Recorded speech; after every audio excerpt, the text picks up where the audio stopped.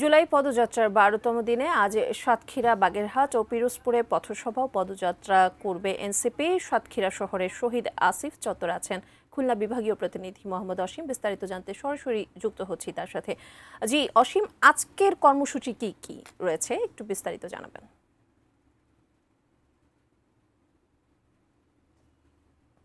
জুলাই পদযাত্রার আজকের কর্মসূচি সম্পর্কে একটু জানাবেন অসীম।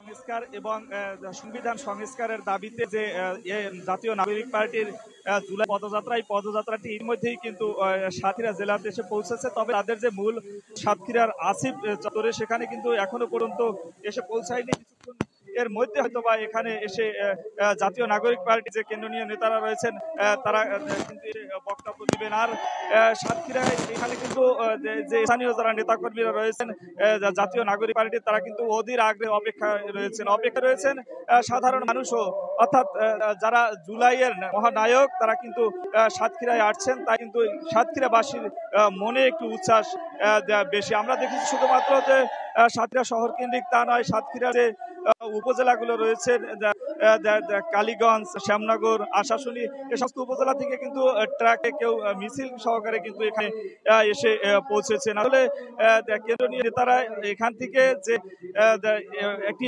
পথসভা করবেন, পথসভা করার পরে তা শহীদ যে পরিবার রয়েছে এবং আহতদের পরিবারগুলোর সঙ্গে কেন্দ্রীয় নেতারা কথা বলবেন।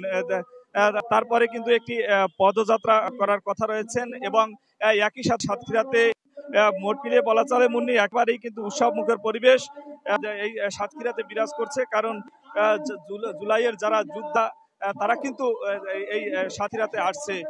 আর এই জন্য কিন্তু সাধারণ মানুষ ওদের অপেক্ষায় রয়েছেন। এবং একই সাথে আপনাকে জানিয়ে রাখি যে আসলে এই যে তীব্র তাপদাহ বইছে সাতক্ষীরায় এখন, তার মধ্যেই কিন্তু সকাল ৯টার আগে থেকে আমরা দেখছি যে সাতক্ষীরার যে শহীদ আসিফ চত্বর রয়েছেন এর আশপাশে কিন্তু লোকে লোকে একেবারে অরণ্য হয়ে গেছেন। আসলে মোট মিলিয়ে বলা চলে যে একটি জাতীয় নাগরিক পার্টির কেন্দ্রীয় নেতাদের আসা উপলক্ষে সাতক্ষীরার আসিফ চত্বর সহ সাতক্ষীরার শহরে একটি উৎসবের ভাবনা বইছে। আমার কাছে সব মিলিয়ে এই ছিল মুন্নি জাতীয় নাগরিক পার্টির যে জুলাই পদযাত্রা এবং পথসভার সর্বশেষ খবর।